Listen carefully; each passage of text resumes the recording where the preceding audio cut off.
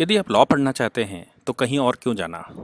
हमारे ऐप को डाउनलोड करें और लॉ पढ़ें। नमस्ते सदा वत्सले मातृभूमि। आज हम लोग एक बहुत महत्वपूर्ण विषय और होम मिनिस्ट्री के द्वारा एक नोटिफिकेशन जारी किया गया 26 अक्टूबर 2020। उस नोटिफिकेशन में जम्मू एंड कश्मीर के विषय में जो बात कही और जो किया गया उसके बहुत दूरगामी परिणाम होने वाले हैं, उसका बहुत बड़ा प्रभाव होने वाला है। अब उसको भारत के राष्ट्रवादी और भारत की विरोधी शक्तियां इन्होंने अपने अपने हिसाब से पिछले 2 दिन से इंटरप्रिटेशन करना शुरू किया है। मैं आपको इतिहास के साथ उसको लेकर चलता हूं कि आखिर माजरा क्या था। मैं आपको बता दूं कि जम्मू एंड कश्मीर राज्य में ओरिजिनल जो रियासत है वो जम्मू रियासत है। महाराजा जम्मू के महाराजा हुआ करते थे। जब अंग्रेजों का और सिखों का युद्ध हुआ तो इस युद्ध में जब अंग्रेज जीता तो उसने सेटलमेंट में वो एक बहुत बड़ा भूभाग अपने पास ले लिया और उनके जो अपने राजा हैं, यानी कि जो उनके साथ देने वाले हैं महाराजा गुलाब सिंह को वो क्षेत्र जो जो उस युद्ध में हानि हुई, उस युद्ध की हानि का पेमेंट लेते हुए, यानी कि उसकी भरपाई, हम सब जानते हैं कि भारतवर्ष में जो युद्ध होते थे उन युद्धों में हारने वाला राजा जीतने वाले राजा के सारे युद्ध में जो नुकसान होता था उसकी भरपाई करता था और साथ में चौद वसूली होती थी, यानी कि टैक्स उसको देता था, उसको अपना ग्रांट मानता था। नहीं मानता था तो कुछ एरिया जो स्ट्रेटेजिकल महत्व का होता था वो जीतने वाला राजा ले जाता था। ऐसा ही हुआ। महाराजा गुलाब सिंह को अंग्रेजों ने वो लैंड दे दी। महाराजा गुलाब सिंह के बाद जब वो लैंड उनके पास पूरी आ गई, जम्मू कश्मीर राज्य पंजाब की को अपनी रिपोर्टिंग करता था, पंजाब से स्वतंत्र हो गया और एक स्वतंत्र राज्य बन गया, यानी कि वॉइस रॉय के मातहत आ गया। यानी कि जो गवर्नर जनरल कम वॉइस रॉय हुआ करता था उसके अंदर आ गया, इंडिया का पार्ट उसको हम कहने लगे। वो इंडिया पहले भी था। गवर्नमेंट ऑफ इंडिया 1935 में अगर डेफिनेशन देखेंगे तो उसमें भी इंडिया की डेफिनेशन है British India including peninsula state, यानी कि ये सब कॉन्टिनेंट को पूरे मिलाकर इंडिया कहा गया। वो क्षेत्र जब आ गया तो आने के बाद, उस क्षेत्र के आने के बाद जब महाराजा गुलाब सिंह के बेटे रणबीर सिंह सत्ता पर बैठे तो 1877 में उन्होंने जम्मू कश्मीर के काश्मीर के हिस्से में जो बड़ी तेजी से वहाँ मत परिवर्तन हो रहा था, संप्रदाय परिवर्तन हो रहा था, जो हिंदू समाज था उस हिंदू समाज को मुसलमान बनाया जा रहा था, तो वहाँ जो जागीरदार हुआ करते थे या जो वहाँ सेनानायक हुआ करते थे या जो उन्होंने अपॉइंट किए लोग, उनमें एक शर्त रखी कि आपको यहां तभी रखा जाएगा जब आप कन्वर्ट नहीं होंगे, आप मुसलमान नहीं होंगे, और अगर आप मुसलमान हो जाएंगे तो आपकी ये लैंड वापस ले ली जाएगी। ऐसे करके वहां अलॉटमेंट हुए और एक व्यवस्था बनाने की कोशिश हुई। इस तरह लैंडों को संरक्षित किया गया, कुछ जागीरें स्टैब्लिश की गई, कुछ लोगों को वहां बिठाया गया, कुछ लोगों को वहां, वो सब स्टेट की लैंड थी जो उन्होंने इस प्रकार हिंदू वहाँ जो रहते थे उनको वो डिस्ट्रीब्यूट करी, मुसलमानों को भी डिस्ट्रीब्यूट करी, लेकिन कुछ शर्तों के साथ वो प्रॉपर्टी दी गई। महाराजा हरि सिंह जब सत्ता में बैठे तो महाराजा हरि सिंह के समय पर जम्मू एंड कश्मीर राज्य में अफगानिस्तान का जो क्षेत्र जो उस समय रशिया के कब्जे में होता था, या जो शिनजांग का क्षेत्र है जिसमें उइगर मुसलमान थे, या जो खाड़ी का क्षेत्र है, वहां से मुस्लिम कम्युनिटी बड़ी तेजी से आ रही। मैं कह रहा हूं कि कश्मीर में मुस्लिम कम्युनिटी बड़ी तेजी से एंटर मार रही थी। उस एंट्री को रोकने के लिए राजा रणवीर सिंह ने 1877 में पॉलिसी बनाई। उस पॉलिसी को ही आगे बढ़ाते हुए आगे जब महाराजा हरि सिंह सत्ता पर बैठे तो महाराजा हरि सिंह ने इजाजतनामा रैयतनामा ऐसा कानून बनाया, यानी कि उनके राज्य में आने के लिए इजाजत लेनी पड़ेगी और इजाजत रहने की इजाजत लेनी पड़ेगी, तब वो राज्य का सब्जेक्ट बनेंगे, यानी कि राज्य का विषय बनेंगे और राज्य के सारे कानूनी जो अधिकार राज्य के लोगों का है उनको मिलेगा। मैं आपको बता दूं कि महाराजा हरि सिंह ने एक सिटीजनशिप एक्ट और उस समय पासपोर्ट एक्ट पास किया था।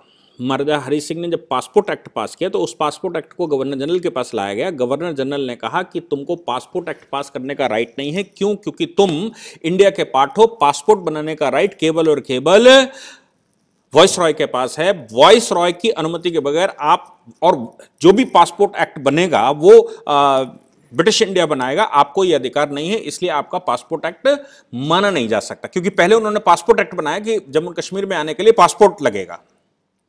टेक्निकल प्रॉब्लम आ गई क्योंकि इंडिया था, इंडिया में पासपोर्ट सिर्फ एक हो सकता है। पासपोर्ट एक्ट 1920 के तहत पासपोर्ट केवल ब्रिटिश इंडिया बना सकता था। हम सबको मालूम है कि पहली बार पासपोर्ट आधुनिक समय पर, मैं पुराने वाले समय की बात नहीं कर रहा हूं, आधुनिक समय पर पासपोर्ट एक्ट सबसे पहले जब पहला विश्व युद्ध हुआ तो लीग ऑफ नेशंस ने में ये बात उठी कि भाई अगर रोकना है इन सब चीज़ों को तो फिर आपको पासपोर्ट बनाना पड़ेगा। एक राज्य के में रहने वाले लोगों को दूसरे राज्य में रहने से जाने से रोकना पड़ेगा, नहीं तो डिस्टर्बेंस होता रहेगा और ये युद्ध चलता रहेगा। तो महाराजा ने भी पासपोर्ट एक्ट पास किया, इसलिए गवर्नर जनरल ने मना कर दिया। गवर्नर जनरल के मना करने के बाद उन्होंने कहा उसमें अपनी चिट्ठी में कि भाई हमें समस्याएं ये हैं कि ये जो कबायली हैं, जिनशांग से उइगर मुसलमान घुस आते हैं, अफगानिस्तान से मुसलमान घुस आते हैं या खाड़ी से मुसलमान घुस आते हैं, जो कश्मीर में डिस्टर्बेंस करते हैं, तो हम क्या करें। गवर्नर जनरल ने उनको सलाह दी कि आप उसमें स्टेट सब्जेक्ट बना सकते हैं, आपके राज्य में कौन आएगा वो आप तय कर सकते हैं, इसलिए राज्य में आने की कुछ कंडीशनें लगा दो, लेकिन पासपोर्ट हमसे ही लिया जाएगा। अब राज्य में आने के लिए कंडीशनें लगा दी जाएं, इसके लिए वहां नई व्यवस्था की गई। उस नई व्यवस्था में इजाजतनामा मतलब राज्य में घुसने के लिए इजाजत, और इजाजत जब आपको मिल जाएगी तो वहां रैयत आपको करनी पड़ेगी, 10 वर्ष तक रहना पड़ेगा। 10 वर्ष के बाद आपको राज्य के पूरे अधिकार वहां मिल जाएंगे। इस पूरे कानून को स्टेट सब्जेक्ट कहा गया, और अब आपको जमीनें खरीदने का अधिकार, वहां सेटलमेंट करने का अधिकार, सब कुछ होगा। भारत जब स्वतंत्र हुआ तो महाराजा हरि सिंह ने भारत के साथ, चूंकि 2 डोमिनियन बन रहे थे, इसलिए या तो पाकिस्तान या हिंदुस्तान दोनों में से किसी एक के साथ अधिमिलन करना था। उसने भारत के साथ अधिमिलन किया। मैंने पुरानी हिस्ट्री, अगर परसों वाली आप लेक्चर देखेंगे तो उसमें पूरा जो ओरिजिनलिटी है उस ओरिजिनलिटी को बताने की कोशिश की है। मैं आपको बता दूं कि जब ये एक्ट पास हुआ या जो इंडिपेंडेंट ऑफ इंडिया 1947 पास हुआ, तो इंडिपेंडेंट ऑफ इंडिया एक्ट 1947 के तहत वो स्वतंत्र नहीं रह सकते थे, उनको यहीं पर आना था, या तो पाकिस्तान में जाए, हिंदुस्तान में। हिंदुस्तान में मतलब जो नया डोमिनियन ऑफ इंडिया था, डोमिनियन ऑफ इंडिया में उन्होंने अधिमिलन कर दिया।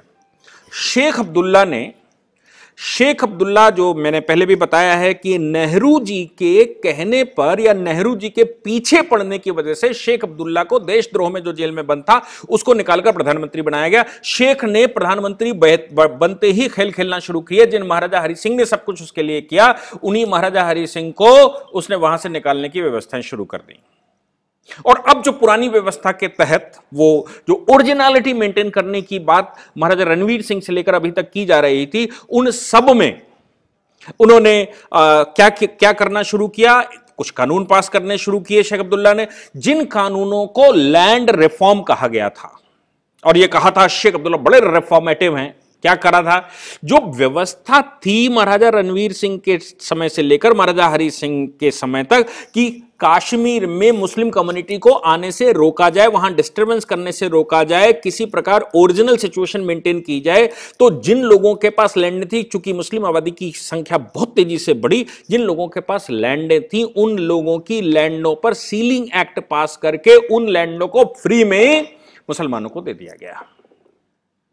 अब जब फ्री में दे दिया गया, चूंकि land to the tillers law pass हुआ और वो फ्री में दे दिया गया, अब इस पूरी ऑर्गेनाइजेशन को चलाने के लिए आप नीचे डिस्क्रिप्शन से हमारे ऐप को डाउनलोड कर सकते हैं, जिससे कि लॉ स्टूडेंट्स को, लॉयर्स को और आम आदमी जो लॉ जानना चाहता है वो पेड क्लासेस का लाभ ले सकता है। यदि आप लॉ पढ़ना चाहते हैं तो कहीं और क्यों जाना, हमारे ऐप को डाउनलोड करें और लॉ पढ़ें। महाराजा रणवीर सिंह से लेकर अभी तक की जा रही थी, उन सब में उन्होंने क्या करना शुरू किया, कुछ कानून पास करने शुरू किए शेख अब्दुल्ला ने, जिन कानूनों को लैंड रिफॉर्म कहा गया था। और यह कहा था शेख अब्दुल्ला बड़े रिफॉर्मेटिव हैं। क्या करा था?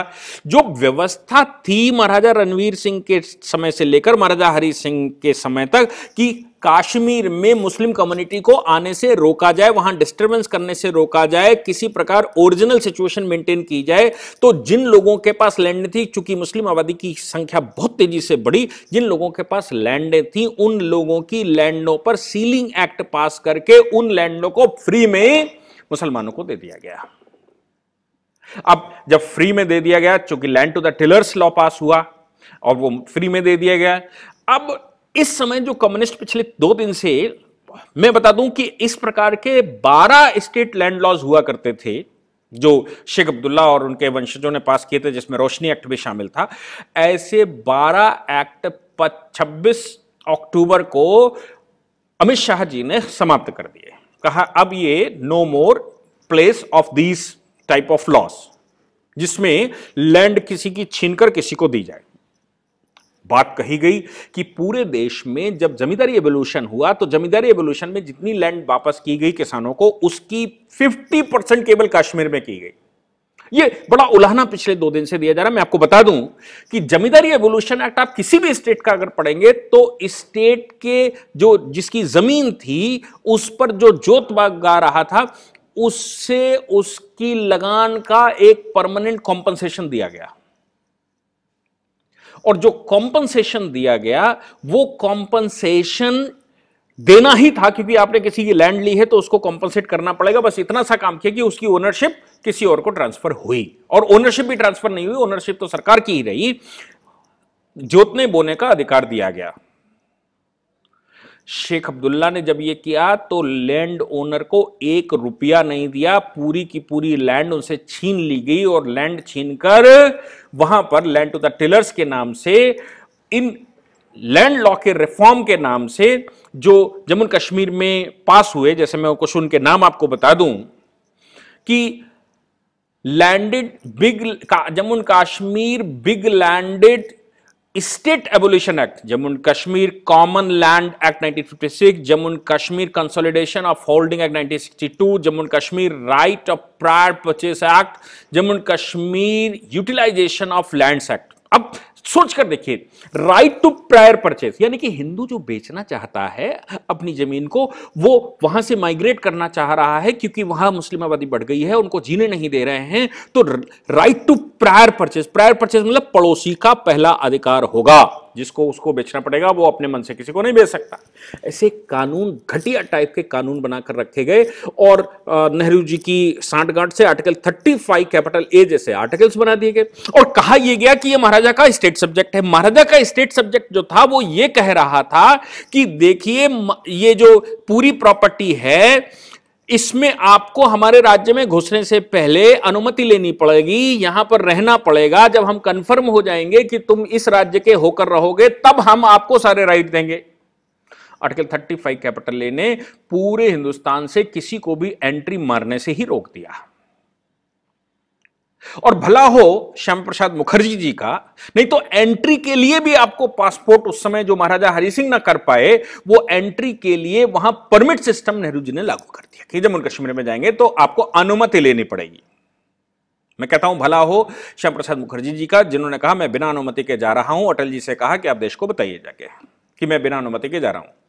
हालांकि हत्यारों ने उनकी कश्मीर में हत्या कर दी, उनको जहर देकर मारा गया था, उनका पोस्टमार्टम नहीं हुआ, उनकी बॉडी दिल्ली नहीं लाई गई, एक सांसद की बॉडी दिल्ली नहीं लाई गई, और उनकी बॉडी को जला दिया गया था। आज जो हाथरस में लोग कह रहे हैं कि बॉडी जला दी गई, आप सोच के देखिए कि शेख अब्दुल्ला और नेहरू जी ने श्यामा प्रसाद मुखर्जी की बॉडी कश्मीर से उठाकर कलकत्ते में ले जाई गई, बिना पोस्टमार्टम के, बिना घर वालों को कॉन्फिडेंस में लिए, और सीधा उसका अंतिम संस्कार कर दिया था। परंपराएं डालने वाले नेहरू थे। अभी इस प्रकार के जितने भी कानून थे, आर्टिकल 35 कैपिटल ए जैसे बड़े कॉन्स्टिट्यूशनल प्रोविजंस बनाकर रखे थे जो अनकॉन्स्टिट्यूशनल, सुप्रीम कोर्ट में हमने पहले से चैलेंज करके रखा था, ऐसे कानूनों को 5 अगस्त 2019 को समाप्त कर दिया। अब जो लोकल लॉज बचे उनको 26 अक्टूबर जम्मू कश्मीर के अधिमिलन दिवस, मैंने अधिमिलन दिवस पर आपको एक लेक्चर बताया था ओरिजिनल सिचुएशन क्या थी। मैं ऑथेंटिकेटेड रूप से इसलिए बता पाता हूं क्योंकि मैं उस पर कार्य कर रहा था, मेरे पास ओरिजिनल डॉक्यूमेंट हमने इकट्ठे किए थे। सुप्रीम कोर्ट में हम केस लड़ रहे थे उसका। हमने ओरिजिनल डॉक्यूमेंट्स निकाल कर रखे थे आर्काइव से, तमाम दुनिया की आर्काइवों से, इंग्लैंड की आर्काइवों से, यहाँ, और बहुत सारी बड़ी टीम लगाकर वो सब इकट्ठा करवाए थे, उन पर रिसर्चें करवाई थी। इन कानूनों को एबोलिश करके अमित शाह जी ने जम्मू और कश्मीर के साथ हुए भेदभाव जो शेख अब्दुल्ला ने किए थे मुस्लिम तुष्टीकरण के लिए, और जो पुरानी व्यवस्था को समाप्त किया था, उसका मिसयूज किया था, देश के इंटीग्रेशन में जो बाधाएं पैदा की गई थी वो सब समाप्त कर दी गई हैं। आप जिस प्रकार से हिंदुस्तान के किसी कोने में लैंड ले सकते हैं, वहां रह सकते हैं, उसी प्रकार से अब होम मिनिस्ट्री के इस नोटिफिकेशन के बाद नॉन एग्रीकल्चर प्रॉपर्टियां आप जम्मू कश्मीर में ले सकते हैं, वहां रह सकते हैं, वहां अपना घर बना सकते हैं।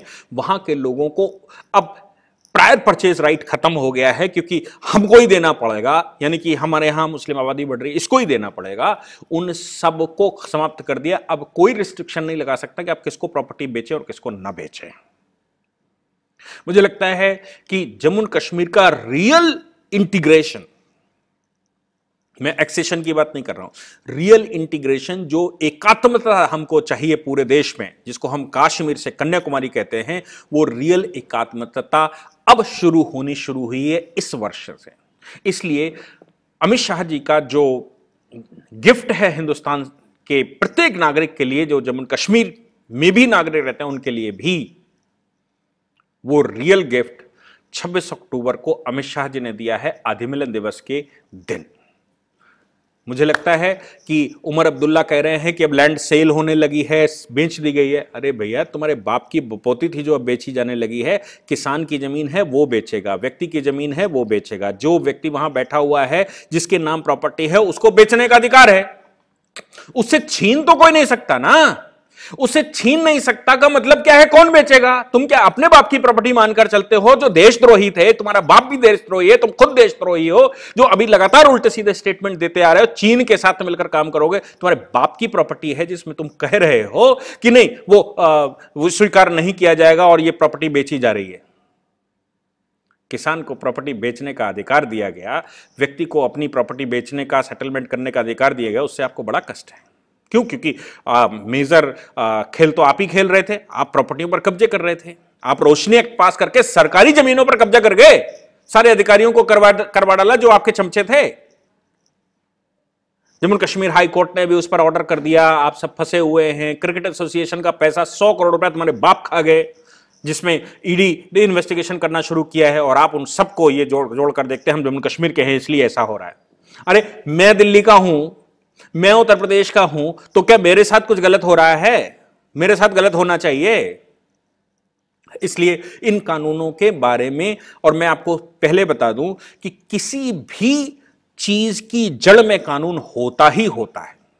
कोई भी मामला हो, लव जिहाद का मामला हो, शादी करने का मामला हो, प्रॉपर्टी कब्जा करने का मामला हो, बेसिकली अगर कानून सपोर्ट नहीं करेगा तो ये कोई भी चीजें नहीं हो सकती। इसलिए महाराजा रणजीत सिंह से लेकर महाराजा हरि सिंह ने जिन प्रॉपर्टियों को बचाने के लिए कानून पास किए थे, वो सब तुमने एबोलिश किया। उसको रिफॉर्म कहते हैं आप।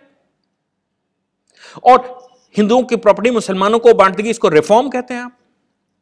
कत्लेआम किया गया, इसको रिफॉर्म कहते हैं आप। रोशनी एक्ट पास किया, इसको रिफॉर्म कहते हैं आप। अपनी प्रॉपर्टी अपनी मर्जी से किसी को भी नहीं बेच सकता, इसको रिफॉर्म कहते हैं आप। धन्य हो केंद्र की सरकार का, जिसने ये कानून पास करके एक नए युग को जन्म दिया है। और जम्मू कश्मीर में जो भेदभाव के रास्ते खोले थे तुम्हारे बाप दादों ने, वो रास्ते बंद किए जा रहे हैं। अब हिंदुस्तान में एक कानून पूरब से पश्चिम, उत्तर से दक्षिण होगा, ऐसी व्यवस्थाएं की जा रही हैं। धन्यवाद। इस पूरी ऑर्गेनाइजेशन को चलाने के लिए आप नीचे डिस्क्रिप्शन से हमारे ऐप को डाउनलोड कर सकते हैं, जिससे कि लॉ स्टूडेंट्स को, लॉयर्स को और आम आदमी जो लॉ जानना चाहता है, वो पेड क्लासेस का लाभ ले सकता है।